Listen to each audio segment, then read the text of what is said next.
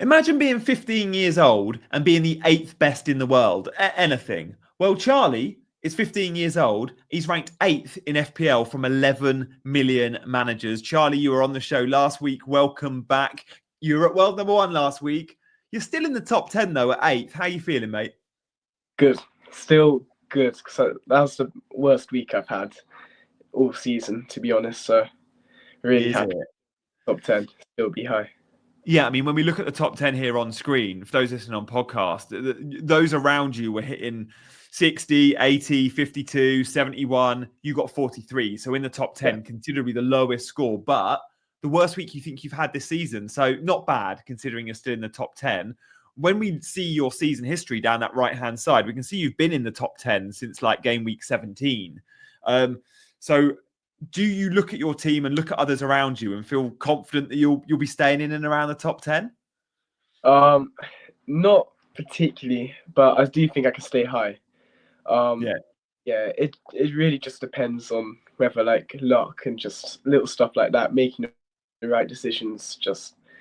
It's really tight, but hopefully I can stay up there for as long as I can. But I think realistically, I'm still aiming for a top 1,000 finish. That's the end goal. Yeah, good man. Okay, I reckon you'll do better than that, but you've got to be conservative with your targets, and top 1,000 would still be an incredible season. I mean, here's your 43 points. What was your transfer? Did you have Marmoush and Haaland? No, you didn't. You went Haaland in on a 4-point hit, didn't you? Yeah. Haaland in and captaincy. Yeah. Yeah, I went Haaland in for, I think it was Isak, and then I ended up going Wan-Bissaka instead of Højlund in the end, just because I just looked at his fixture runs and the way West Ham have been playing recently, I just preferred it. So I went him in instead of Trent. That late clean sheet wipeout for West Ham with Everton equalising late would have made a big difference. Obviously, you didn't own Gabriel. He scored big and so many around you did. And Bruno was probably the biggest. 17 Bruno points that a lot of your rivals got that you didn't. But Bruno now has a really difficult fixture run. And you've still got Palmer, who, if he's fit for the Spurs game in game week 30, is a really nice own. So look, guys, we're going to see Charlie's game week 30 team, but we're also going to see Charlie's 31 and 32 team if things go to plan. And we know they never go to plan, but let's do some forward planning with the world number 8. If you're enjoying the show, hit the like button and do please subscribe to the channel if you're new around here. But most importantly, drop a comment below, offer some support to Charlie or any advice you've got or questions for him. Really keen to support such a young lad doing so well. Charlie, you made your YouTube debut last week. What was your reaction to that like? Did you show any of your mates or anything like that? Yeah, I did. They all thought it's really good. It's good to see. But yeah, I did. I made sure to show my friends. Did they say, why were you going on with that idiot? You should have gone on with Let's Talk FPL. He's a much bigger and better YouTuber. Did they say that to you? No. Oh, I don't believe you. Good stuff, mate. Good stuff. Well, look, let's have a look at your game week 30 team. Possible transfers here is Mateta in for Chris Wood and Bowen in for Palmer. Now, Palmer, of course, does have a good fixture. You don't necessarily need the money, although you've only got 0.1 in the bank, haven't you? So 0.1 in the bank, I guess you could. Could you go straight Wood to Mateta, or are they Wood 7.3? And I think Mateta's around the same price. So I guess Mateta 7.5. So you actually, to upgrade to Mateta, you are going to need to sell someone. Therefore, that's why Palmer's potentially going for you. But it's also that Isak, who I plan on getting game week 31. I need to free up budget for him. So I currently got 2 plans where it really depends which I decide to go for. So there's also one I'm kind of thinking about where I'm downgrading a Boomo early to Jacob Murphy. That would also kind of save a similar amount with Palmer to Bowen. But I'm also looking at Bowen's fixtures and they look really nice. And he's playing up top at the moment, I think. So getting returns. Yeah. So he seems to be someone I'm really considering right now. Yeah, I mean, Bowen, you're right, is playing up top. And Ferguson, for some reason, Potter's brought Ferguson in, who he knows from Brighton, and Ferguson's an out-and-out number 9. He's not playing him. Ferguson is getting some minutes off the bench, but it's Bowen playing down the middle effectively with Kudus. And the fixtures are really nice. Wolves, Bournemouth, Liverpool, Southampton. I mean, look, at 10% own, he's a nice differential. In games West Ham don't score many, he's usually the guy involved. My big thing with West Ham is not that I want to put you off this move at all. I just look at West Ham and go, I don't know if their attack is good enough to invest 7.6 million on anyone. And I don't know if they're going to be reliable enough in front of goal. The fixtures are good, but it's not like they've got Southampton in 33. But other than that, Wolves and Bournemouth will fancy their chances equally against West Ham because West Ham haven't been great. So I wonder if that move straight to Jacob Murphy might be something you consider doing straight away. Because we've seen your plans moving forward and we'll see them in a minute. And Jacob Murphy was obviously on your mind. And Newcastle's fixtures are really nice because we know they have a locked-in double game week in 32. And before that, they got Brentford and Leicester. So I guess that's also tempting, isn't it? Your option 2 is to go and Bumo to Murphy to free up those funds, keep Palmer. Yeah, definitely. It really depends, what kind of information we get after the FA Cup, who's blanking, who's doubling. Because obviously I've not got any of those chips left, so I've really got to kind of plan strategically for those. So it really depends on the information. But right now I probably am preferring that Mbumu to Murphy, just because it does mean that I keep Palmer, and I love his Palmer fixtures, and I still want to back Palmer because I think if I was going to sell him, it would have been last week or the week before. So now I'm going to put my trust in him. It's time for him to start delivering, and he's now proving to be a slight differential amongst some. Not obviously a differential yet, but those managers who don't have him, I think you can really punish. I think there's a fair few around you that have sold Palmer, which is great for you because he's got Spurs up next. That's a huge fixture for Chelsea, but one there's always goals. And then he's got, I think, Ipswich in a couple of weeks as well. If Cole Palmer's fit and available and Nico Jackson is back in the 11 by then, which he should be, again, Palmer's downturn in form has coincided with Jackson not being around. And those two, I think, need each other and Chelsea need them for output. Talk to me about Jean-Philippe Mateta, mate, because he's someone you're willing to sell Chris Wood, who's been really good to you for. Chris Wood's got not the best run of fixtures, and Mateta has an amazing run. Southampton, Brighton, and then a confirmed double game week in 32. He could even double in 33 as well. Well, I think going without him in double 32 is going to be pretty much impossible to survive, really. And I think he is 4 points better than Chris Wood in that kind of short-term run. So that's where I'm kind of thinking, is he worth that -4? And I think probably yes. So I think he scores more in game week 30. And then I also think he has the potential to score more in 31 and definitely in 32. And yeah, I've just watched him play lots this year. He's always been a threat. Definitely. What do you make of Palace? What do you make of Palace attack? I mean, Southampton's a very good fixture for him. It's come a long way, the Palace attack, I think, since the start. But they do look really threatening, particularly on that counter. Munoz, Sarr, just all that pace as well. So I really like the look of him. He's kind of the focal point of everything. He can get assists. He's that kind of target man who drops in links play and gets in the box as well. He's big. He's a big target man. He can get his head on the ball in corners and stuff as well. So yeah, I just see a lot of goal scoring potential. He's got everything, Mateta. I read something the other day. He's been linked with Man United in the summer. I could see why Man United would want him. He's a very good finisher. He can do the hold-up thing. He can run in behind. He's pretty pacey for someone of his size. He's good in the air.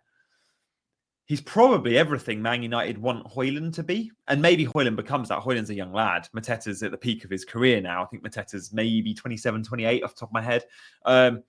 So yeah, definitely one for the watch list. For those that don't have him, definitely plan on getting both Mateta and Munoz in, by the way, because Southampton in 30 is a brilliant entry point. Brighton's the derby for them. I think that'll be good.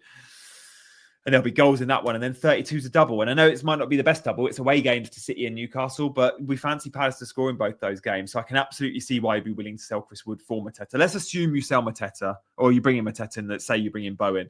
Your team in 31 is interesting. And then 32, we'll also have a look, because how you're going to navigate both 31 and 2 is really important.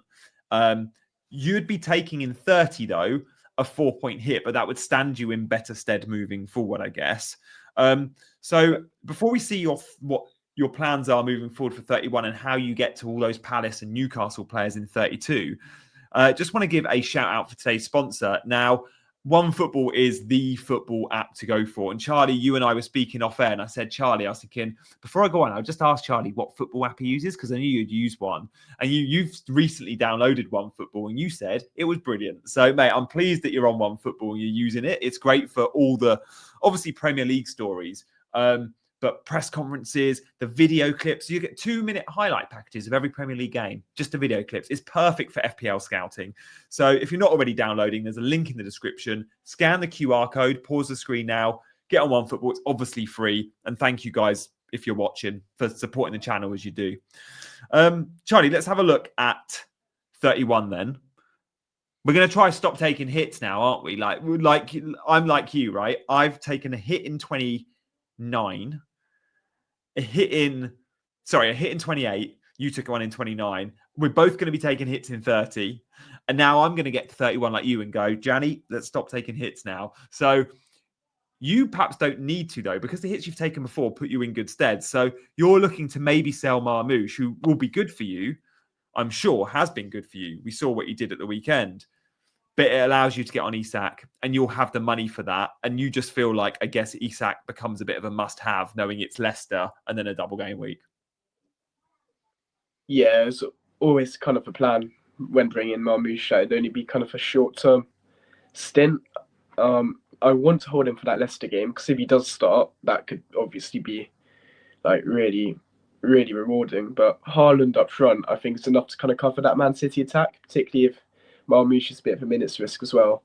And Isak he's arguably the second or best striker in the world right now. So yeah, I think you've got to have him, particularly for Leicester and a double. And actually the fixtures after are pretty good as well, I'd say.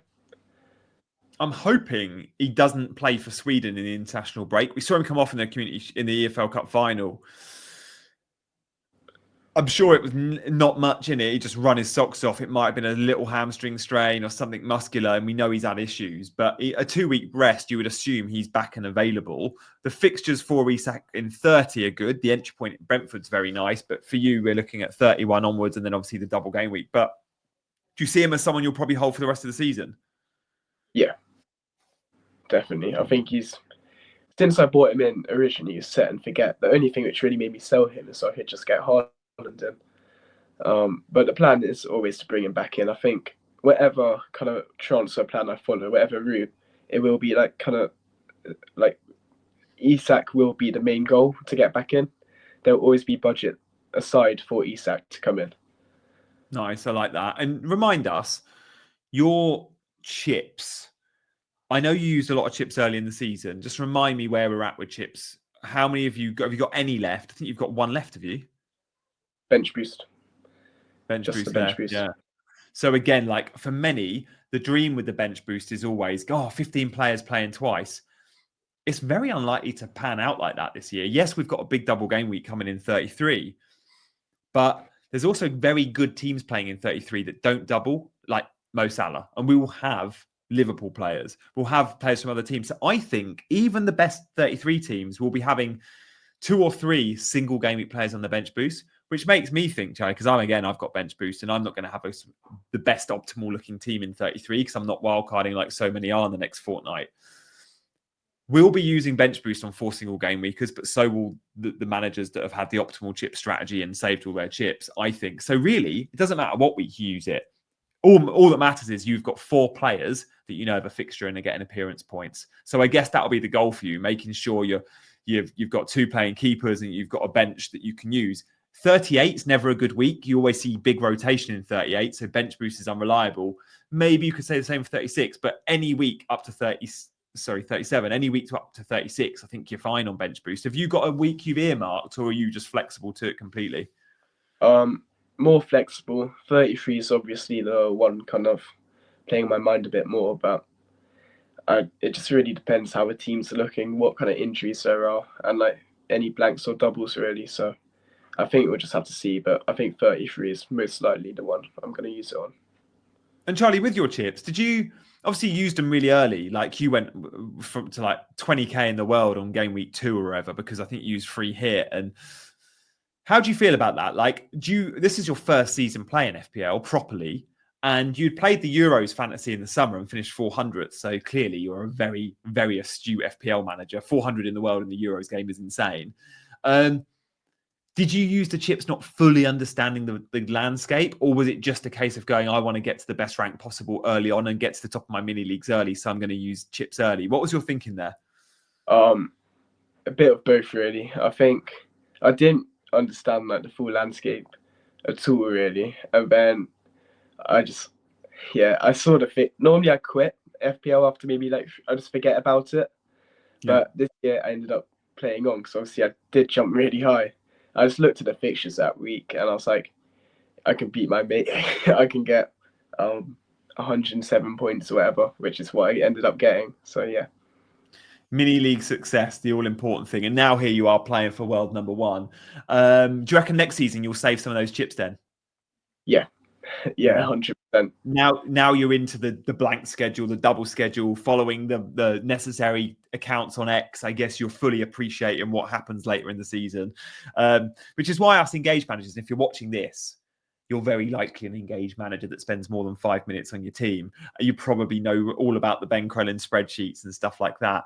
Guys, by the way, if you are enjoying the show, I'd love you to hit the like button, but also please do subscribe to the channel. I'm trying to get to 30k subs by the end of the season, and you can help me get there. So subscribe if you fancy, but most importantly, drop a comment for Charlie, and I'll get back to all comments, and Charlie will be reading them too, to show your support for him. Charlie, let's see your 32 team, and then we're going to talk captaincy for 30. Because captaincy is a big debate in 30. So your 32 team, this is a week we know Palace double, we know Newcastle double. If you have been well prepped for the blank game week, you probably don't have Palace players and Newcastle players because they didn't play in 29. Many have got a wild card to use in a week or two. They're going to make sure they get lots of Palace and Newcastle players in. You and I aren't using a wild card in that window, Charlie. So we have to compete with the wild carders and make sure we've got a good repertoire of Newcastle and Palace players. By 32, you're looking like you're going to get there. You're going to get 3 Newcastle, 2 Palace. Fair play, that is with another hit. But 5 across the double, that hit should pay off. It's Lewis Hall out, Livramento in, and then someone like a Wanyeri out and Murphy in. Just talk to us about Livramento and Murphy and your thinking there, because you could obviously go after an Ismail Assar or a Palace defender, but it's Newcastle you fancy. Tell us why. I prefer the Newcastle double, to be honest. I think Mateta is enough to cover Sarr. Just that Palace attacks. Obviously, it isn't the greatest double. And same with Munoz. I think those two alone should be enough to cover it, and it kind of stops me from taking more hits and just up the general plan. So my aim is to ultimately have a lot of players at a lot of different teams, just to kind of navigate the blanks and doubles a bit more. But then with Newcastle, I think Livramento is the best replacement for Hall. Ideally, the best Newcastle defender in my eyes. And then Murphy, I just prefer to Gordon just because he's 2.5 million cheaper. Yes. Okay. Yeah. And Murphy's going to be really interesting. I think he's absolutely first choice. And even though Barnes is back playing, Gordon will come back into that team and Barnes will be out on the bench. And even in the cup final, it was Murphy who got the assist. Murphy stayed on the pitch longer. Murphy's become quite a key cog in this Eddie Howe front line. I'm sure in the summer they'll spend, and the long-term plan on that right-hand side was never Almiron, and it's never been Murphy. And I'm sure they'll go and buy someone with a bit more quality, but he's been superb for them. Someone I'm also looking to buy for 32. It's worth noting in 32, Bowen has Liverpool away. And if you were to keep Bowen, to get rid of Bowen and keep Palmer and go straight to Murphy via Mbermo, Palmer plays Ipswich in 32. So your 32 team looks a lot better with Palmer in it if you can go down that route. And I think go straight from Mbermo out. And I know Mbermo is also brilliant, but maybe get a place where Palmer plays. But Livramento over Dan Burn, you reckon? Yeah, I think so. I just prefer Livramento. That's just I just felt he's more likely to be bombing up and down than Dan Burn. Yeah, he looked good on the left. He's always got the assist threat. He got bonus points against West Ham on that Monday Night Football. I owned Dan Burn and got close to bonus, but he got the yellow card at the end, which wiped that off. But yeah, I'm hoping Burn scores me a header. I'd love that in my FPL team, as we saw in the EFL Cup final. So triple Newcastle, double Palace. Yeah, you're well set for 32. But let's go back, shall we, to to game week 30 because there's big questions about 30, and we've got. Look, I think the big advice is don't make any subs, don't make any transfers until international break's over. We got the FA Cup before the Premier League round for the first time ever as well. If they don't come back to Premier League, they come back to FA Cup, and then on that Monday, Tuesday, we make our transfers. Captaincy, you own Salah still. Do you reckon you'll be on Haaland? See, this is something I'm planning on going to.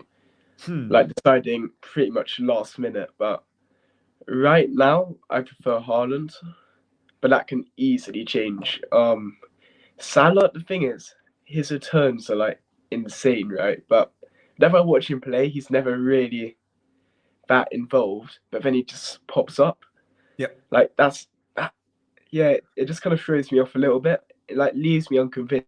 But he always returns. I always captain him. It's worked, but I do think Haaland against Leicester, particularly Leicester conceding 3 against United, who look pretty poor going forward in general throughout the season. That is really going to turn my head a bit. And I reckon I probably will end up going there, just kind of differentiate myself a bit more. I think if I own Haaland, I almost certainly captain him. I might not own Haaland. I might own Marmoush instead. I still think I might captain Marmoush over Salah.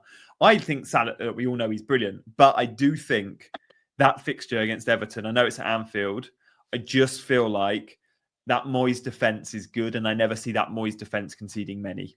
They keep low XG conceded. They never concede more than a couple. Leicester are on the ropes. In fact, Leicester are dead and buried. They are the team to target right now. Like, Southampton are bad, Ipswich are bad, Leicester are worse. And City at the Etihad, they're going to have 80% possession. They're going to bully Leicester. I fancy Haaland or Marmoush over Salah, I think. I guess between Haaland and Marmoush, you're set. You'd go Haaland, right? Haaland. Yeah. For sure. Yeah, that's an easy one. They both had 14 shots, right, these two? 14 shots each since Marmoush has been in the team since 7 game weeks ago, when Marmoush arrived, played against Chelsea. Since then, 7 game weeks, 14 shots each.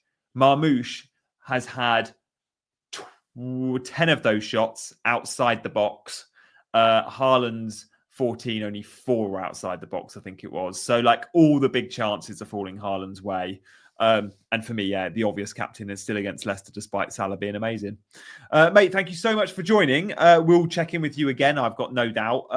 Guys, thank you for watching. As I mentioned earlier, like, subscribe, and give us a comment for Charlie. And we'll see you for another video very, very soon. Bye-bye.